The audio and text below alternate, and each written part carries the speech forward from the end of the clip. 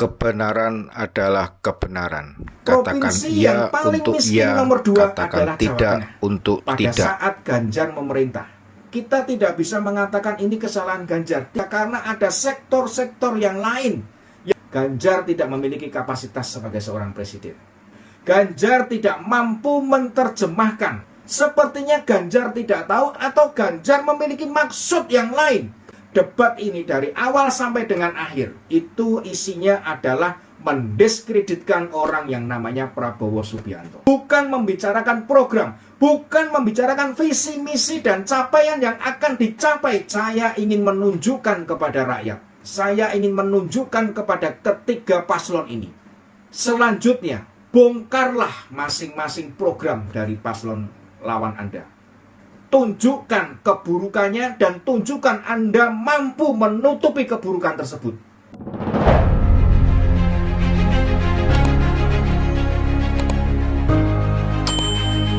Opi Dantos. Debat kemarin telah berlangsung dan kita semua sudah bisa menganalisa seperti apakah debat yang terjadi, dan kita semua tampaknya sepakat bahwa debat kemarin adalah debat yang paling mengecewakan. Karena debat kemarin tampaknya sepertinya ada sebuah kesepakatan tersendiri di antara dua calon untuk menyerang dan menjatuhkan satu calon. Walaupun ini hanya dugaan, tetapi kemarin sepertinya seperti itu.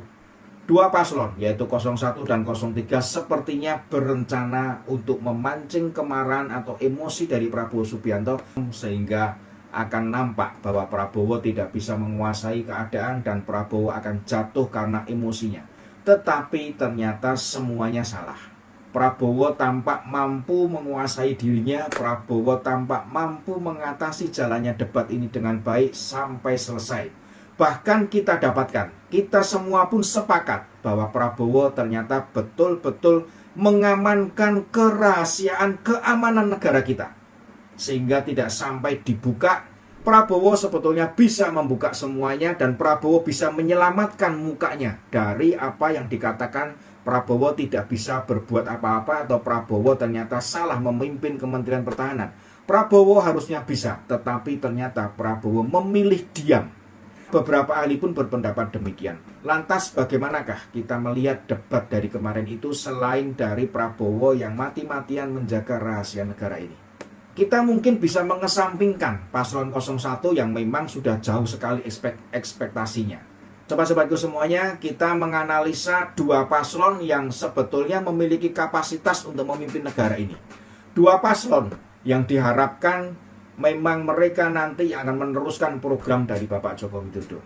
Kedua paslon ini memang orang yang mumpuni dari segi pengalaman, dari segi kemampuan, dari segi tingkat keilmuan, kepandaiannya. Kedua paslon ini memang cocok. Tetapi sobatku semuanya, jika kita ikuti sampai dengan akhir debat, ternyata kita mendapatkan sesuatu yang aneh. Ganjar Pranowo terlihat terlalu memaksakan kehendaknya. Ganjar Pranowo terlihat terlalu gencar mencari kesalahan secara personal kepada Prabowo Subianto. Tidak seperti Ganjar yang pada waktu dia memimpin Jawa Tengah. Kemarin seolah-olah tampil dengan kesombongannya.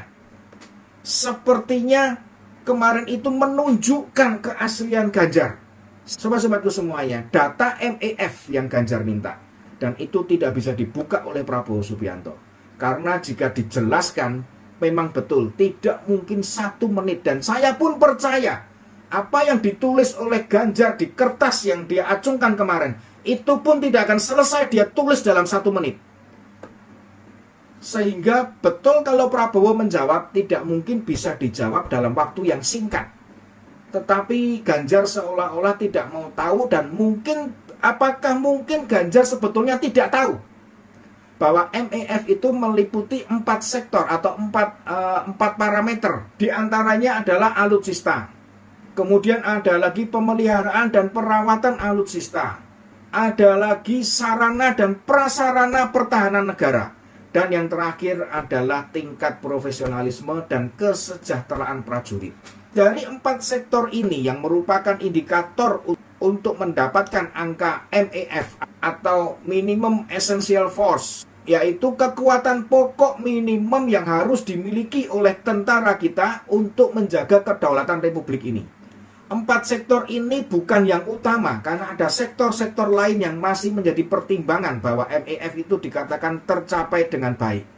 Sobat-sobatku semuanya, untuk menjelaskan MEF 4 sektor ini saja dibutuhkan kementerian yang lain yang terkait seperti yang Prabowo katakan, yaitu dari Kementerian Keuangan, karena semuanya dari 4 ini mengandung elemen yang namanya uang. Yang sobat-sobatku semuanya, Prabowo sudah menjelaskan bahwa dia mengalami beberapa usulan yang tidak di-ACC oleh Kementerian Keuangan. Prabowo pun juga mengatakan bahwa ada hal lain, yaitu mengenai pandemi COVID-19, di mana sebagian anggaran harus dilakukan refocusing. Nah, sobat-sobatku semuanya, apa yang dikatakan Prabowo ini pun dibenarkan oleh seorang dosen dari sebuah perguruan tinggi di Yogyakarta. MEF pun juga bergantung dengan sisi lain di luar Republik ini, yaitu perang Rusia-Ukraina. Itu pun mempengaruhi tingkat pencapaian MEF. Tetapi Ganjar seolah-olah mengarahkan bahwa kegagalan pencapaian ini adalah dari diri yang namanya Prabowo Subianto.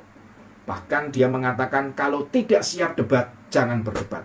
Sobat-sobatku semuanya, sebuah kesombongan yang ditunjukkan oleh Ganjar Pranowo kemarin.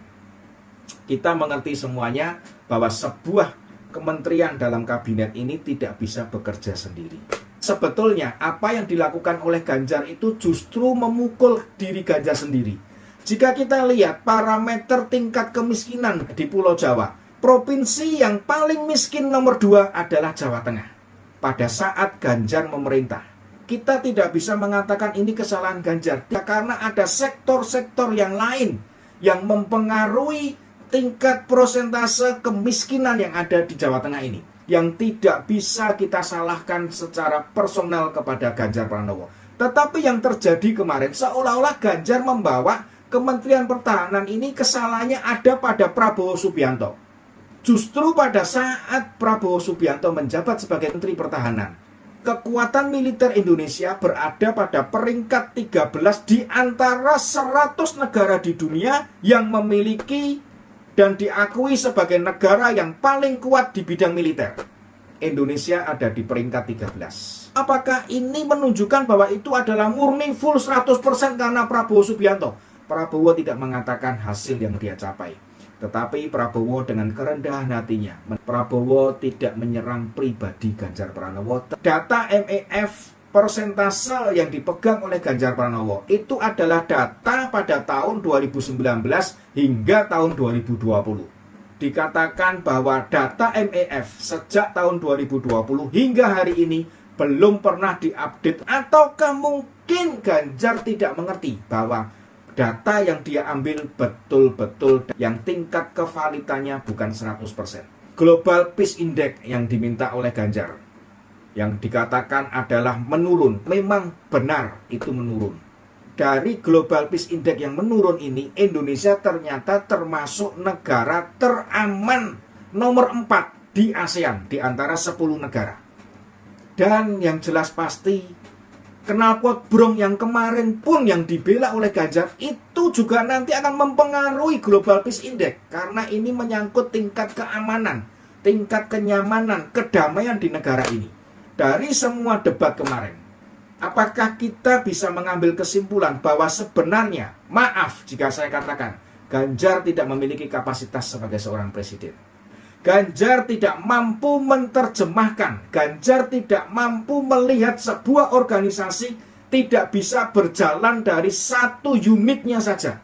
Sepertinya Ganjar tidak tahu, atau Ganjar memiliki maksud yang lain dan menunjukkan kegagalan itu hanya pada satu titik, yaitu pribadi yang bernama Prabowo Subianto.